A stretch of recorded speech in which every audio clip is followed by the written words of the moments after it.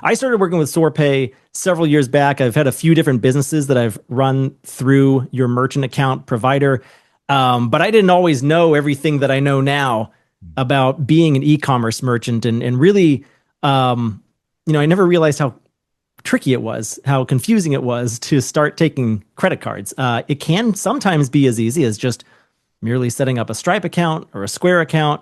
But the devil's in the details, especially if you're dealing with an e-commerce shop or some business that isn't a traditional business. Maybe it's highly regulated, or for some other reason, it might be deemed high risk by credit cards and by banks and the like. My own personal experience with Stripe, it had been pretty good, but some time into working with Stripe on a couple of different occasions, we would get chargebacks from customers. Oftentimes the customers were just kind of confused about what they were doing. Sometimes, we weren't as upfront as we should have been. Stuff slips through the cracks, communication wise. But, at the end of the day, Stripe doesn't really help you out with that too much. I also can't export any of my customer data from Stripe. So Andy, what's wrong with just using Stripe or Square a lot of the time? Well, Jimmy, and I don't want to just, I'm not here to bash Stripe or Square. In actuality, I think that they can be a great solution if you are a merchant who's in their target market, right? If you're a merchant who should be using Square or Stripe, I actually think that they can be a great solution. But the problem is when a business is not really in an industry or doesn't have business practices that align with how Square or Stripe do things, that sets up a problem. And Jimmy, to your point, credit card processing from the business owner's perspective can be very, very simple, right? You go to Square's website, you go to Stripe's website, you're up and running in less than an hour. It's very, very simple until something goes wrong, right? And then when it goes wrong, suddenly you realize, oh, this is way more complicated than I realized. And the devil is in the details. And that's really why Adam and I wanted to write this book. Yeah, and that's why I was really glad when you told me that you were finally sitting down to write this book, High Risk Merchant Accounts 101, with your colleague, Adam Carlson. So Andy, tell me a little bit more about this book. Why did you write it? What is it exactly? And who's it for? Yeah, no, that's a great question. Well, first of all, the primary audience for this book is business owners, right? Business owners who have a business in regulated industries like travel or firearms or nutrition, as well as business owners with e-commerce businesses that sell online. So these are the businesses that are often labeled as high risk. And really, Jimmy, a lot of times they're not actually what you would typically consider to be high risk, but they get that label. And then I'd say another audience that we wrote it for really is people who work in the payments industry. Sometimes even payments industry professionals, some of this stuff trips them up. Honestly, it even trips me up, right? I'm the marketing guy. So sometimes these terms and the jargon and all the acronyms can even trip me up. But that's why actually I think that Adam and we made a good tag team in writing this book together, right? Because he had more of that industry expertise, the underlying technical knowledge. But I also think it helped that I could kind of look at it, all of this information from the eyes of a marketer and just like kind of an everyday Joe business owner. Because our goal is to really cut through the noise, cut through the hundreds of acronyms, right? And explain, here's what you actually need to know as a business owner about payments. And so we want to help you demystify what's going on and then set up a strategy that can help your business succeed, which means you're going to have a resilient payments stack that you understand and that it can scale, right? Because we want to help you grow your business. And as your revenue grows, you need a payments infrastructure that can keep up. That's great, Andy. And this book, High Risk Merchant Accounts 101, it is available for purchase right now. If you head over to highriskmerchantaccounts101.com, that's highriskmerchantaccounts101.com, you'll see a link that it is available on Amazon. You can buy it there. And Andy, I'm pleased to share with you and with our audience that it is the #1 hot new release on Amazon currently, which is pretty amazing that you were able to get it that much traction so soon. Here's the Amazon product page for the book, High Risk Merchant Accounts 101, the essential guide to payments processing in high risk and regulated industries. It's available on Amazon right now. As I mentioned, you can get it prime delivery. Usually just comes in a day or two. Andy, what do you think about that? Number one hot new release on Amazon. That's pretty good. Congratulations.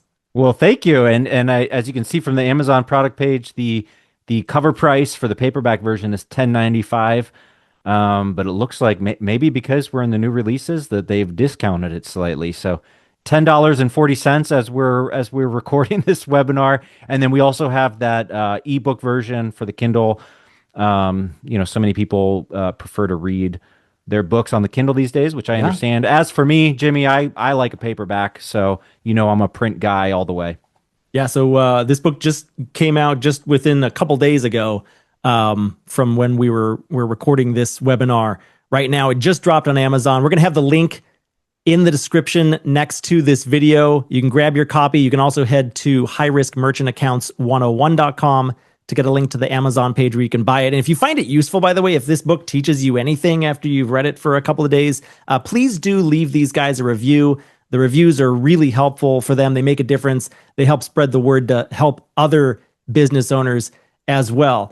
Andy, let's talk about who the book's for. I'm just curious. You talked about it a little bit, but I want to go into it more specifically.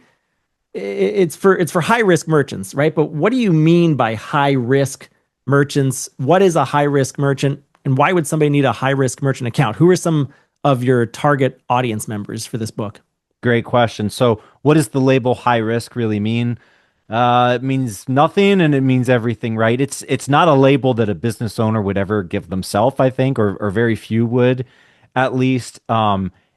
It's a term that, depending on the context, means different things, right? It could mean that you own a business in a traditional industry, but you, the business owner, just have bad credit, right? Just bad personal credit as a sole proprietor. It could mean that you own an e-commerce business that has had a month or two of sort of a chargeback spike, and that might not even be an issue that you've historically had, right? You might be a business that does hundreds of sales a month, and for whatever reason, last month you had 7 or 8 chargebacks, even though the prior 10 months you'd only had 1 chargeback. So it could be a business that just has had a temporary chargeback spike.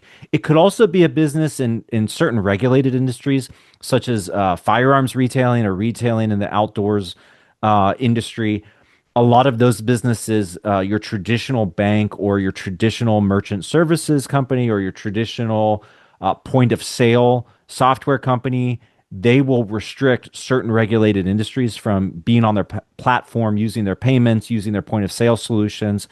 So sometimes a business even isn't even actually high risk in terms of like their chargeback rates or their business practices, but they still get hit with that label. So honestly, Jimmy, the umbrella is so broad it's almost meaningless. But in the book, really in chapter 1, we go into what are all the different reasons that your business can be tagged with this label, and then what does it mean in terms of your payment strategy, right? Because oftentimes it's really the starting point is either my business is not approved to work with Square or with Stripe or with Clover or with some larger PayFac or point of sale company. So either I'm not approved to use their merchant services, or I've been using one of those solutions and all of a sudden my account got flagged and I've been kicked off their platform.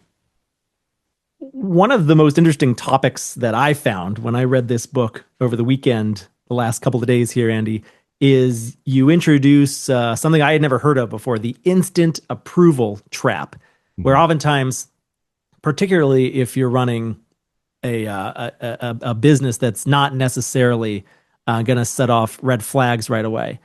Stripe, Square, PayPal, they might approve you first and then you think you're good to go, but then they start underwriting you later. Can you tell me a little bit more tell our audience a little bit more about what is the instant approval trap and why is it such a problem for so many businesses? Well, it's not a problem until it is, right? So the instant approval trap, and it goes back to what makes Stripe and Square and some of these very consumer friendly payment solutions, what makes them so popular in the first place, right? Which is they don't actually underwrite your business, right? So when you go to Square or Stripe, you go to the website and you sign up and you say, I want to use Square for payments because I've heard it's easy and it seems very simple. You sign up to be a business there, and they essentially can approve you instantly. And you can order, like, let's say, a card swiper or whatever equipment you want.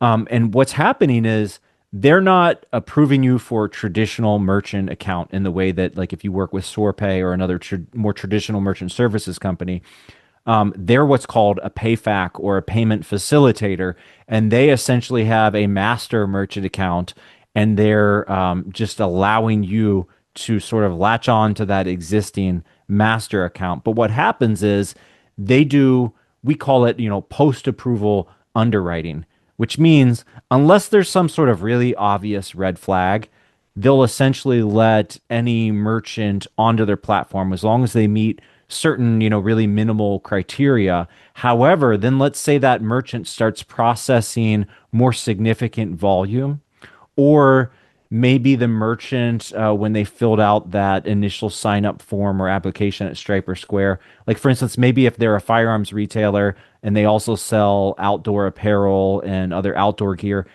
maybe they selected, their industry as outdoor gear and apparel. Well, later on, as their sales are growing, Stripe or Square realize, oh, they actually sell firearms. That's against our terms and conditions.